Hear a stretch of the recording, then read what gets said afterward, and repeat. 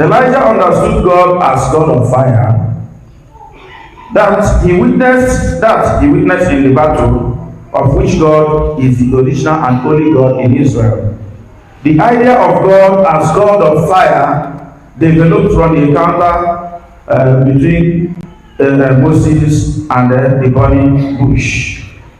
God spoke to Moses through the burning bush that was not being consumed. For Elijah, therefore, God is a consuming fire, but God was not in the fire. He looked for God in the earthquake because he believed that God's wrath and anger is like earthquake shaking the foundation of the earth. But he did not see God in the earthquake. He looked for God in the powerful mountain-shattering wind because he believed also that God's anger can also sweep through the wilderness as well as sweep through the wicked. But in all this, God was not there. Instead, God transformed Elijah's entire understanding of his divine nature. God made him to begin to wonder.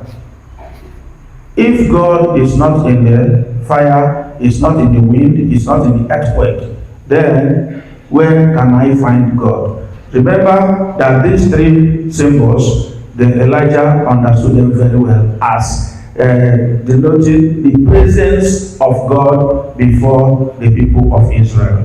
God is either appears as fire, or he appears as wind or earthquake. Praise the Lord. In Elijah's world, these dramatic forces, that is, the mighty wind, the earthquake, the fire, were the standard symbols of divine majesty and judgment. Yet, God was not in the wind, nor in the earthquake, nor in the fire. It was only after the dramatic forces passed that Elijah heard what the reading called a still small voice. Other translations call it gentle whisper or a sound of sheer silence. Hearing this still small voice, Elijah covered his face with his mantle, stepped to the entrance of the cave in preparation to meet God. Now, in our society today, we are full of noise, and we see our God as God who acts when we make noise.